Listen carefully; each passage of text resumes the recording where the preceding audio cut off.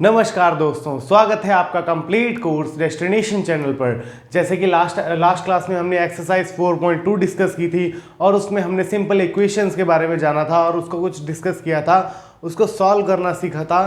ठीक है, आज हम वही क्वेश्चंस एक्सरसाइज 4.3 के क्वेश्चंस देखेंगे। इसमें भी सिंपल इक्वेशंस ही हैं, उनको सॉल्व आउट करना है, लेकिन थोड़ी सी कॉम्प्लेक्स है पहले से। ठीक है, तो बिना टाइम गवाए हम एक्सरसाइज 4.3 शुरू करते हैं। 4.3 एक्सरसाइज का फर्स्ट क्वेश्चन देखिए क्या कह रहा है। फर्स्ट क्वेश्चन में उसने बोला है सॉल्व, सिंपली सॉल्व करो। फर्स्ट क्वेश्चन का ए पार्ट देखते हैं। ए पार्ट में कह रहा है 2y then plus 5/2 5/2 is equal to 37/2 37/2।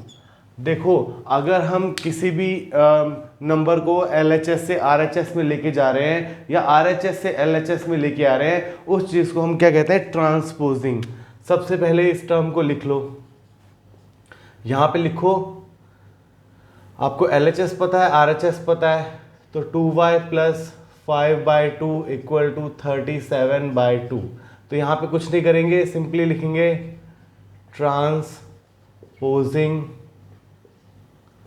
Transposing में एक और चीज होती है, 5/2 फ्रॉम LHS टू RHS।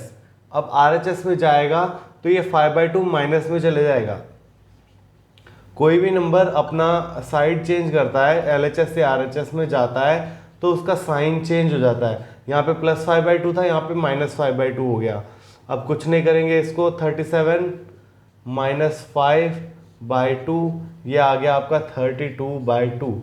तो 2y इक्वल टू 32/2 आ गया। अब कुछ नहीं करेंगे, इसको और काट दो, ये आ जाएगा 16। यहाँ से काट दो, ये आ जाएगा 16। ठीक है, तो यहाँ पे डायरेक्ट आप लिख दो 2y इक्वल टू 16। अब कुछ नहीं करेंगे, डिवाइड बोथ साइड बाय 2। ठीक है, तो ये आ जाएगा 2y/2 इक्वल टू 16/2, मतलब कि 2 से 2 कट गया, y इक्वल टू आ गया 8। था इजी क्वेश्चन, कुछ भी नहीं करना था इसमें, बस आपको सिंपली सॉल्व करना था। अब मैं ये ट्रांसपोजिंग जैसे लिखा हुआ है ऐसे बार बार नहीं लिखूंगा, डायरेक्टली आपको क्वेश्चन करा दे रहा हूँ। जैसे कि बी पार्ट में देखो क्या कह रहा है। बी पार्ट है 5t plus 28 equal to 10। 5t plus 28 equal to 10। Same वैसे ही करेंगे जैसे ये किया था, 5t प्लस 28 इक्वल टू 10, बिल्कुल सही। इसको सॉल्व आउट करेंगे तो कैसे आ जाएगा, देखो 5t इक्वल टू 10 माइनस 28 को उधर ले गए, ट्रांसपोज किया तो यहाँ पे प्लस 28 था, यहाँ माइनस 28 आ जाएगा। तो 5t इक्वल टू क्या आ जाएगा, माइनस में 18। t की वैल्यू कितनी आ जाएगी, -18/5। ये आपका आंसर हो जाएगा। ठीक है, इसके बाद नेक्स्ट क्वेश्चन देखिए आपका, क्वेश्चन नंबर करते हैं इसका एफ पार्ट देखते हैं जी। एफ पार्ट देखिए, या पहले ई पार्ट देखो। ई पार्ट में क्या कह रहा है, देखो ई पार्ट में क्या कह रहा है, देखो आपका ई पार्ट, बाकी सारे पार्ट्स ऐसे ही करने हैं। ई पार्ट में देखो क्या कह रहा है, 5/2 into x, 5/2 into x then plus sorry equal to -5, equal to -5। सीधी सी बात है। अब यहाँ पे क्या हो जाएगा, इसको हम लिख सकते हैं क्या, 5x/2 लिख सकते हैं, इक्वल टू -5 है। सबसे पहले डिवाइड कर दो both side, divide both sides by 5। 5 से डिवाइड किया, ये क्या आ गया, 5x/2 इंटू 5 इक्वल टू -5/5। 5 से 5 खत्म हो गया, यहाँ पे बच गया x/2 इक्वल टू -1। अब क्या करेंगे, देखो यहाँ पे 2 है तो यहाँ पे मल्टीप्लाई कर देंगे, मल्टीप्लाई बोथ साइड्स बाय 2, तो ये आ जाएगा x इक्वल टू -2। समझ गए, था आसान, कुछ भी नहीं करना था, बहुत इजी क्वेश्चंस हैं। इसके बाद आपका हम क्वेश्चन करते हैं, देखिए हाँ, जे पार्ट पहले एफ पार्ट करते हैं। बिल्कुल, एफ पार्ट भी सेम ऐसे ही करेंगे जैसे ई पार्ट किया, वैसे ही एफ पार्ट करेंगे। एफ पार्ट को छोड़ते हैं, हम करते हैं आपका जी पार्ट करते हैं। बिल्कुल, जी पार्ट देखते कैसे करना है। जी पार्ट करते हैं, ट्रांसपोजिंग वाला याद रखना, जब भी इधर उधर लेके जाना होगा तो आपको लिखना पड़ेगा ट्रांसपोज कर रहे हैं हम किसी भी टर्म को, ठीक है। फर्स्ट क्वेश्चन का ही आपका पार्ट नंबर देखिए, जी पार्ट में क्या कह रहा है, 7m प्लस 19/2 इक्वल टू 13, ठीक है। 13 है। अब देखो सबसे पहले तो आपको क्या करना है, 19/2 को उधर ट्रांसपोज करना है। सीधे से लिखो transposing 19/2 from LHS to RHS, ठीक है। LHS से RHS में जाएगा तो ये माइनस में हो जाएगा, 7m इक्वल टू 13 माइनस 19/2, ठीक है। इसको फर्दर सॉल्व आउट करेंगे तो क्या आ जाएगा, देखो 7m इक्वल टू क्या आ जाएगा, 13 2 26 माइनस 19/2, तो ये आ जाएगा 9 में से 26 में से 19 गया तो ये आ जाएगा आपका 7/2। 7m इक्वल टू क्या हो गया, 7/2।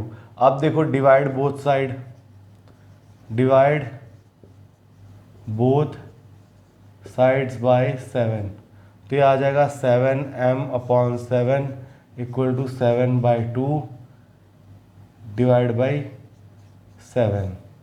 ये आ जाएगा आपका 7 से 7 खत्म, ये आ जाएगा m इक्वल टू 1/2। समझ गए आपको कैसे करना था ये क्वेश्चन, बहुत ही इजी क्वेश्चन था, स्टेप बाय स्टेप सॉल्व किया है। जब बस आपको क्या करना है, वेरिएबल वाली टर्म एक साइड रखनी है, बाकी सारी टर्म्स उधर मूव कर देनी है और उसको सॉल्व कर देना है, बस इतना याद रखना आपको, और कुछ नहीं याद रखना है इसमें, ठीक है। इसके बाद इसका एक और क्वेश्चन करें क्या,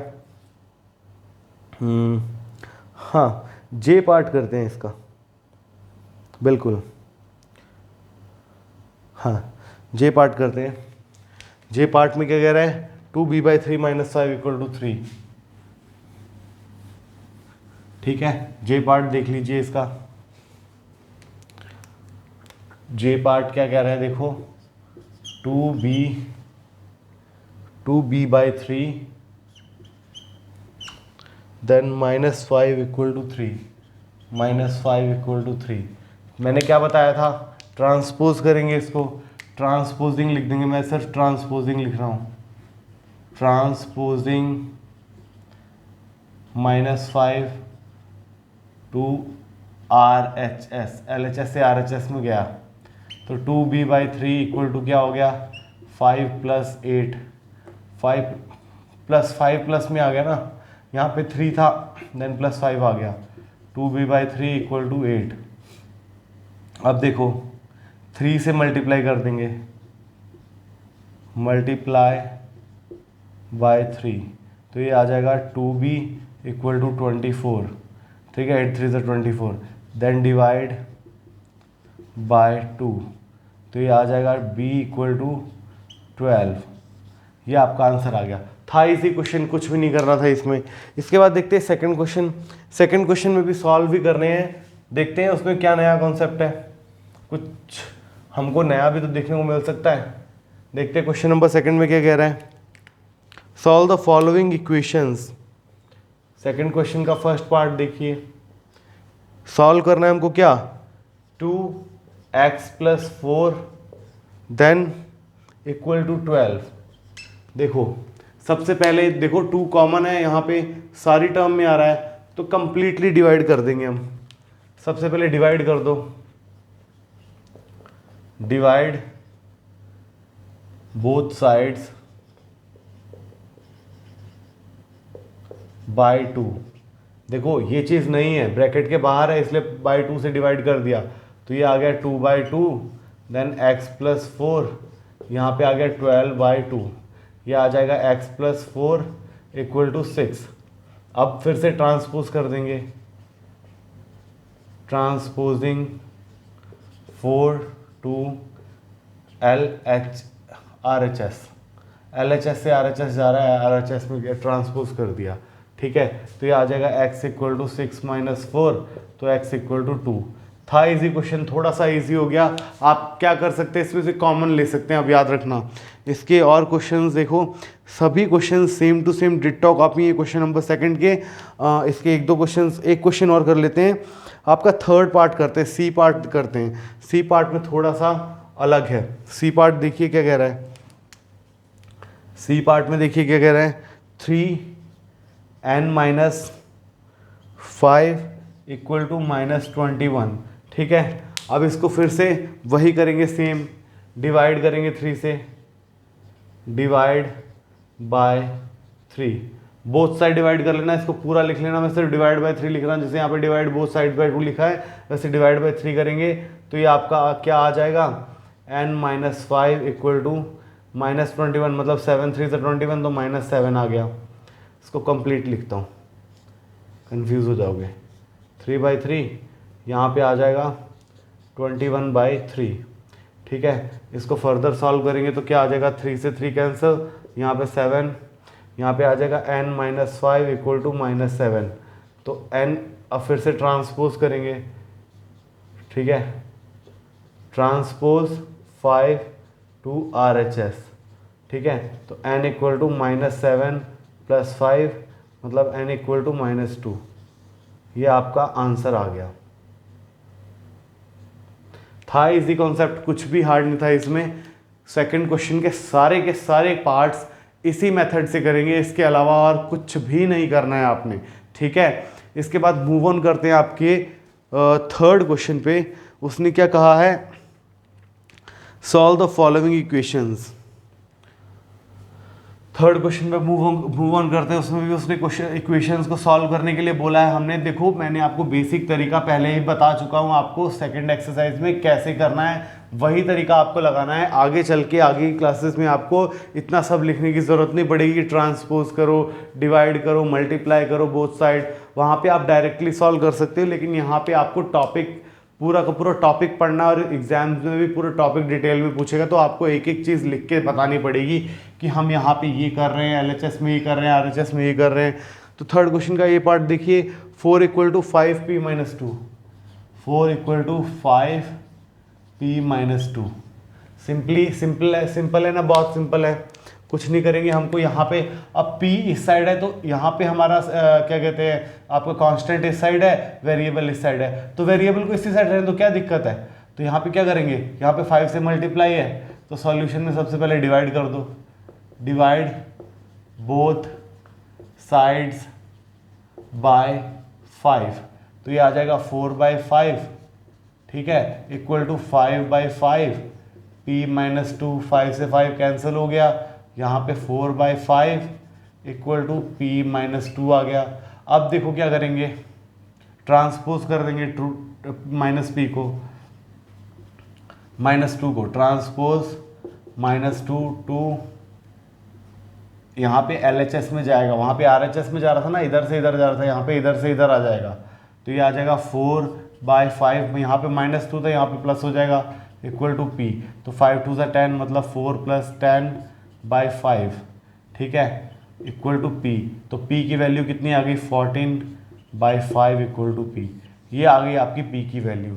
था, है ना इजी, बहुत ही इजी है। आपको ज़रूरी नहीं कि p जो है वो आपके लेफ्ट हैंड साइड में होना चाहिए। आप p को RHS साइड भी रख सकते हो, वेरिएबल को RHS साइड भी रख सकते हो, और LHS साइड भी रख सकते हो। इससे आपको क्लियर हो गया होगा कैसे हमको ये क्वेश्चंस करने हैं, ठीक है। अब मैं आपको इसका एक और क्वेश्चन करा दूँ, लेकिन उसमें मैं कोई भी थ्योरी नहीं लिखूंगा, वो आपको खुद से देखना है कि वहाँ पे ट्रांसपोज कहाँ पे किया है, और डिवाइड कहाँ किया है, प्लस कहाँ किया है, माइनस कहाँ किया है, मल्टीप्लाई क्या किया है, वो आपको सब खुद देखना पड़ेगा, ठीक है। तो सबसे पहले देखो आपका, देखो यहाँ पे ई पार्ट देखिए, ई पार्ट में क्या कह रहा है, 0 इक्वल टू 16 + 4 m-6। मैं सारे स्टेप बाय स्टेप करूँगा इसका सॉल्यूशन, लेकिन इसमें कुछ भी थ्योरी नहीं लिखूंगा, वो आपको खुद लिखना है। सबसे पहले स्टेप में क्या लिखते हैं हम, सेम इक्वेशन लिखते हैं, बिल्कुल सेम इक्वेशन लिखते हैं, तो लिख दो 0 equal to 16 plus 4m-6। Second equation में हमने किया एक स्टेप, यहाँ पे आ गया 4 ऑफ m-6, यहाँ पे आ गया -4 इक्वल टू m-6, यहाँ पे आ गया -4 प्लस 6 इक्वल टू m, यहाँ पे आ गया 2 इक्वल टू m। था इजी। आपने बस स्टेप्स के नाम लिखने। फर्स्ट स्टेप क्या है, ये हमने पूरा का पूरा लिख दिया।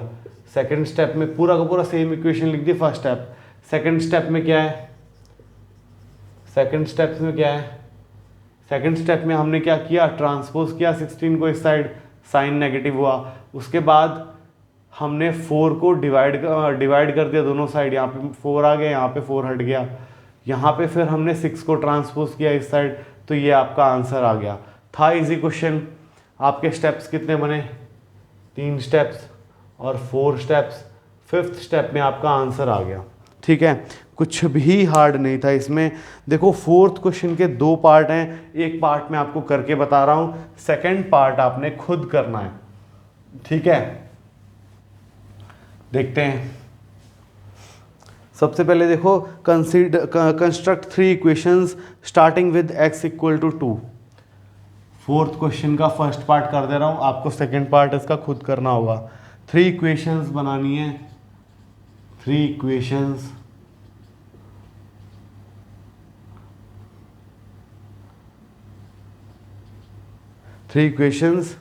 स्टार्टिंग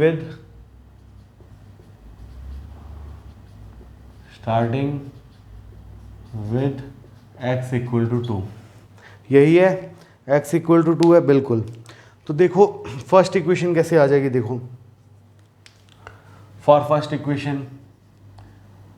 फर्स्ट इक्वेशन मल्टीप्लाई कर दो, मल्टीप्लाई बोथ साइड्स बाय, यहाँ पे हम किससे मल्टीप्लाई करें, 7 से कर देते हैं, तो ये आ गया 7x इक्वल टू 14। ठीक है, फॉर सेकेंड इक्वेशन आपकी आ जाएगी, ऐड बोथ साइड्स बाय 3, ये आ जाएगा 7x plus 3 equal to 14 plus 3, मतलब ये आ जाएगा 7x प्लस 3 इक्वल टू 17। ठीक है, ये आ गया आपका आंसर। इसके बाद थर्ड इक्वेशन देखो, थर्ड इक्वेशन में कुछ नहीं करना है, इसी इक्वेशन को डिवाइड कर दो 5 से, डिवाइड बाय 5। ठीक है, divide both sides by 5, both sides by 5। किसी भी इक्वेशन में इसमें ले लो, यहाँ पे आ जाएगा 7x by 5 plus 3 by 5 equal to 17 by 5, तो ये आपका आंसर हो जाएगा। ठीक है, यहाँ पे आप 3 की जगह 1 कर लो। ठीक है, यहाँ पे 1 कर लो और आसान हो जाएगा आपका। यहाँ पे भी एक बढ़िया सा आ जाएगा, यहाँ पे आ गया 15। अब इसी इक्वेशन को डिवाइड कर दो बोथ साइड बाय 5, 7/5x आ जाएगा, यहाँ पे 1/5 आ जाएगा, यहाँ पे आपका आ गया 15/5, मतलब आपका आंसर आ गया 7x/5 प्लस 1/5 इक्वल टू 15, 3। ये आपका आंसर आ गया। आपने 3 इक्वेशन बना दी जो किसको रिप्रेजेंट कर रही है, x इक्वल टू 2। इसको सॉल्व करोगे तो x इक्वल टू 2 ही आएगा, इससे ज़्यादा कुछ भी नहीं आएगा। ठीक है, तो ये आपकी क्लास यहीं पे ख़त्म होती है। आपको क्या करना है, 4th क्वेश्चन का सेकंड पार्ट आपको खुद करना है। इसके बाद आपको एप्लीकेशंस आ जाएंगी, एप्लीकेशंस ऑफ सिंपल इक्वेशंस, और इसी के साथ आपकी लास्ट एक्सरसाइज हम नेक्स्ट क्लास में डिस्कस करेंगे। उसमें नेक्स्ट क्लास में हम डिस्कस करेंगे कि जो हमने सिंपल इक्वेशंस देखी हैं, अभी तक सीखी हैं, उनका कहाँ पे हमें प्रैक्टिकल यूज़ में आएंगी वो। ठीक है, तो वो इक्वेशंस हम नेक्स्ट क्लास में पढ़ेंगे। तब तक के लिए लेते हैं आपसे अलविदा। आपने इसकी अच्छे से प्रैक्टिस करनी है 4.3 एक्सरसाइज की, ताकि आपको सिंपल इक्वेशंस में कोई भी डाउट ना रह जाए। ठीक है, तो मिलते हैं अगली क्लास में, तब तक के लिए लेते हैं आपसे अलविदा। Thank you and have a nice day.